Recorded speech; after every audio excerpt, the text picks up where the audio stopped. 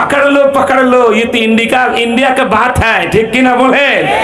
ধরা খেয়ে গেছে তারা যে ওই সকল ভারতের গোয়েন্দাদের সাথে পরামর্শ করে তবে আমরা ছাড় দেই নাই ধন্যবাদ জানাই বঙ্গবন্ধুকে পাকিস্তানের জেলখানা নেওয়ার পরে যেমন উনি বলেছেন আমি বাঙালি বাংলা আমার ভাষা আমি মুসলমান আমরাও বাংলাদেশের সমস্ত গোয়েন্দা বিভাগের রিমান্ডে যত কথা বলেছে আমি প্রথম বলেছি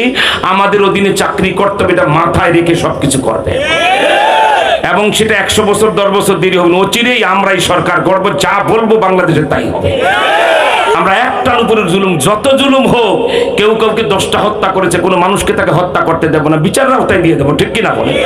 আর যারা নিরপরাধ যত বিরোধী দল হোক একটা লোকের গায়ে টোকা দিলে সরকারি দলের লোককে আমরা শায়েস্তা করব আমরা এই দেশে জুলুম আর রাখবো না আমার কোন শ্রমিক আর মরবে না আমার কোন মানুষ আর না খেয়ে থাকবে না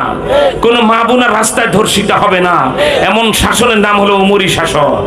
কি বলেন ঠিক না